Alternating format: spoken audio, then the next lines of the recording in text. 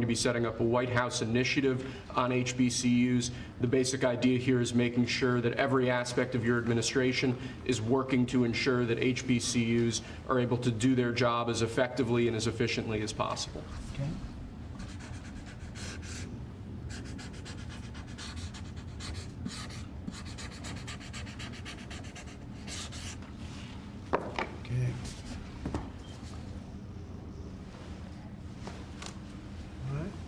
This next executive order relates to artificial intelligence education, sir. You've obviously done a lot in the artificial intelligence space already.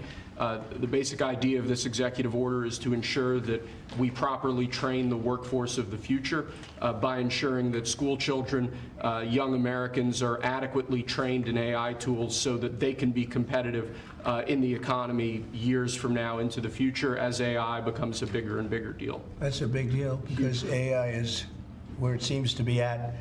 We have literally trillions of dollars being invested in AI.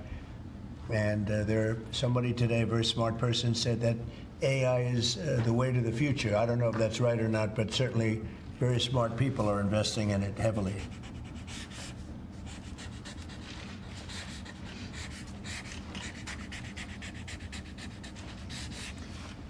Good.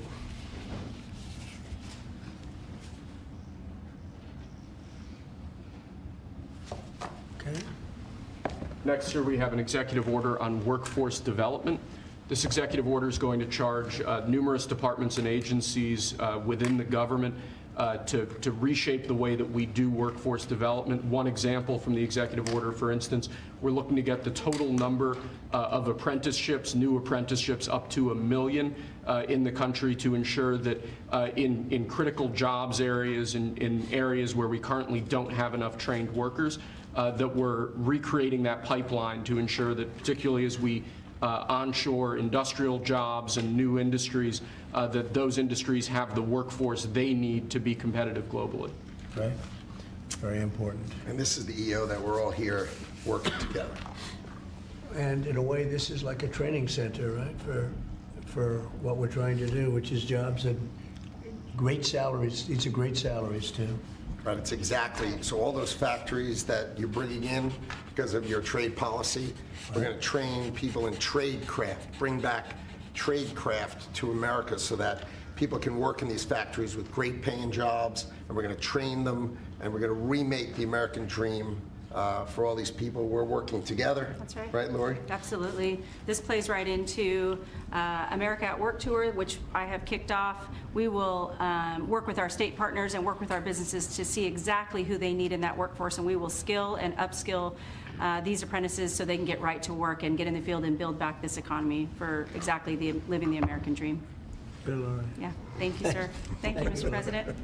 Next, sir, we have an executive order on school discipline policies.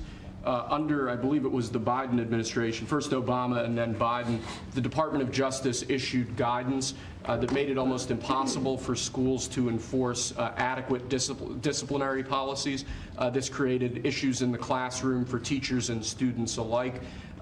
Basically, they focused on CRT and sort of diversity ideology instead of actually just enforcing the rules in classrooms to ensure a safe learning environment. This executive order revokes that prior guidance and puts us back in a place where hopefully the Department of Education can focus on education and teachers can focus on teaching in a safe environment. And this was important for you, Linda, as I understand it. Huh? Yeah, absolutely, because it gives teachers the authority now to have discipline in their classroom and discipline the person who is being disruptive. Great. We took that away.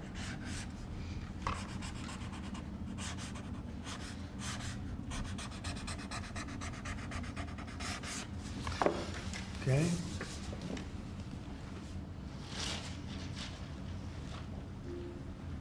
Nice. Cool. Here, Linda, you should hold that. Lastly, sir, we have an executive order on disparate impact theory. This is a theory that underlies a lot of the modern DEI and CRT-driven diversity culture. The basic idea here is instructing your departments and agencies to no longer rely on disparate impact theory as they're regulating, as they're issuing guidance, as they're making rules. We want to focus on results. We want to focus on actual fairness. We want to focus on merit, not things like disparate impact theory and the whole sort of diversity, equity, and inclusion cult. It's getting out of that, huh? Yes, sir. After being in that jungle for a long time.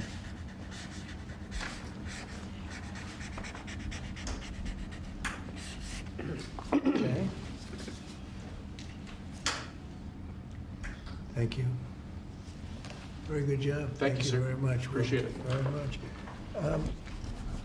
Would you like to introduce again Annette, and perhaps Annette wants to say something having to do with that?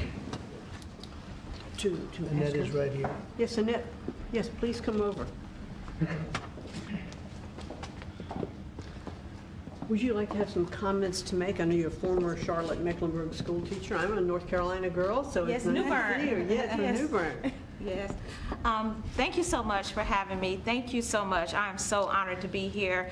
This has been an 8-year journey for me to raise awareness to the violence that's in public schools and the critical need to address violence in public schools. Again, been doing it 8 years because most administrations like to keep the violence hidden.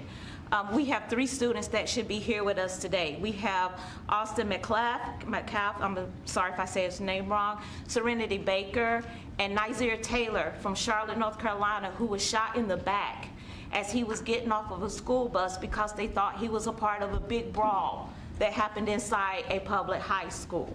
So this is very important and critical legislation that we have to keep our educators safe, we have to keep our students safe, and public schools have to be safe environments. So I think, like I said, I've done this journey alone, I've been on it, but I have a whole team behind me now. I spoke at the RNC, and I told millions that Donald Trump and his administration was going to make schools great again, and I feel that we're on the right path, and I'm just honored to be here. Thank you.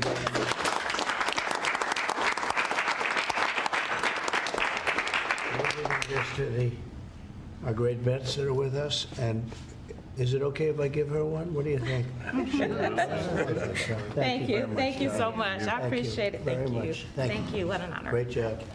Could I ask Sarah to speak, Gerardo? Yes, sir. Thank you. Tell us a little bit about these great gentlemen. These heroes, Mr. President, are extraordinary. This is my husband, Michael, and so many of our dear, dear friends who are here today. Right. Many of them have met you, sir, in your first administration in the hospital, many times at Walter Reed. Right. And they've had long recoveries. Tomorrow, for my husband, marks 15 years since he was wounded in Afghanistan. Wow. And on that day, about 6 years ago, he had his 120th surgery post-Afghanistan. Oh, wow. And you came to see him at Walter Reed, and so many others. And we saw great reform in the VA, access, same-day access to prosthetics, mental health care, and we know that that is back. We're going to, these gentlemen were saying, Alex here earlier was saying, in the last few years when he's gone to get a wheelchair, the VA has asked him, this gentleman, they've asked him to prove that he still has his injuries, as though maybe his limbs would grow back. And they unfortunately did not. Yes, and we've seen that many times. And so we're excited for you bringing back the VA accountability, Mission Act, community care, that were the hallmark of your first term. And we're so excited, sir, to be here. We're honored to be here. And thank you for all you do for our Well, nation's heroes. Thank you. Who's that picture on there? That is Joe Biden, and it says, "Let's go, Brandon." I'm saying, what was that picture? That's great. I told him he wasn't allowed to ask you to That's sign good. it. That's very good. Well, thank you all very much. Would you like to say anything, fellas?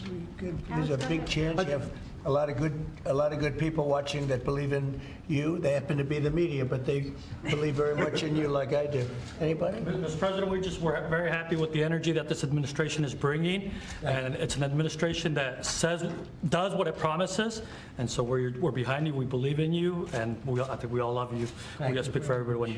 Thank you very much. And I'm going to get you a better hat. Say I have better hats. That's a good one. That was the original. It was. That means he was there I've right been wearing from it the before it was cool. That's right. That's an early one. We'll save that one though, right? Yes, Mr. President. Thank you. Anybody, please? I'd like to stay. Okay.